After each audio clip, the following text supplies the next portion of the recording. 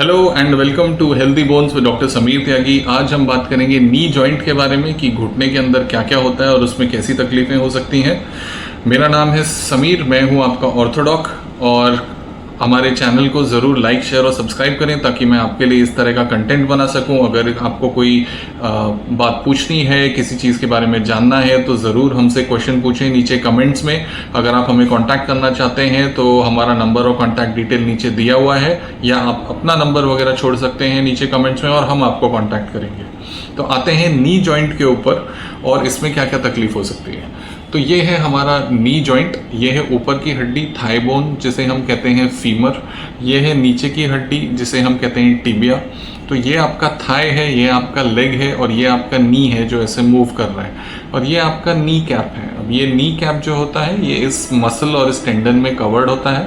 ऊपर ये आपका क्वाड्रिसेप मसल होता है जो यहाँ दिखाया है, ये आपके घुटने को सीधा करता है और इसका टेंडन पटेला के थ्रू पास होते हुए नीचे की हड्डी पर अटैच होता है। तो समझो यहाँ से पावर आती है और ये इसको पुल करता है आपका घुटने को सीधा करने के लिए। अब ये ऊपर की और नीचे की हड्डी के बीच में कोई बोनी कनेक्शन तो है नहीं, अगर बोनी कनेक्शन होगा तो वो मुड़ेगा नहीं, तो वो मुड़ना भी चाहिए, साथ में स्टेबल भी रहना चाहिए। तो ऊपर की हड्डी को नीचे की हड्डी के ऊपर टिका के रखने के लिए इसमें कुछ बेल्ट्स होते हैं जिन्हें हम कहते हैं लिगामेंट्स।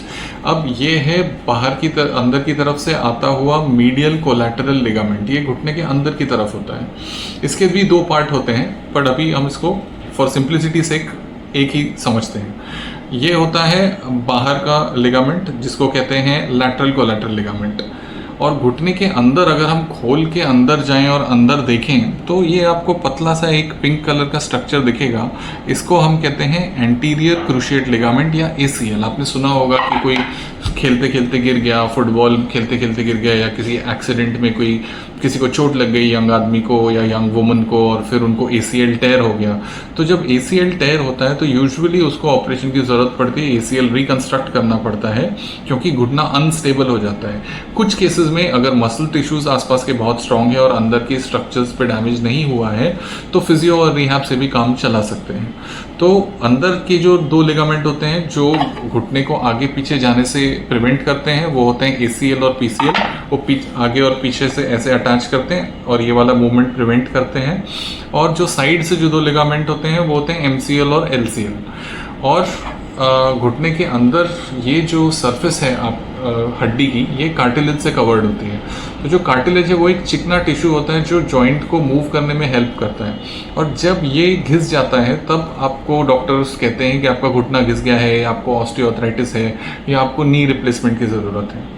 कभी कभी छोटी जगह पे फोकल इंजरी की वजह से एक ही जगह से कार्टिलेज खराब हो जाता है, उसको ठीक करने के भी कुछ ऑपरेशंस और कुछ टेक्निक्स होते हैं, लेकिन वो यंग लोगों में किए जाते हैं। और ये जो है अंदर के जो आपको ब्लू टिश्यू दिख रहे हैं इनको हम कहते हैं मेनिस्कस।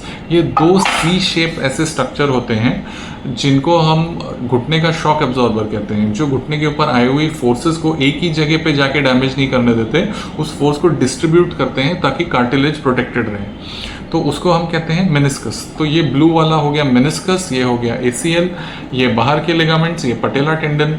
तो ये है आपके घुटने की मेजर एनाटमी। अब इसके अंदर बहुत सारे ऐसे लिगामेंट्स हैं और बहुत सारी ऐसी चीज़ें हैं, बारीकियां हैं जो आपके ऑर्थोपेडिक सर्जन जानते हैं।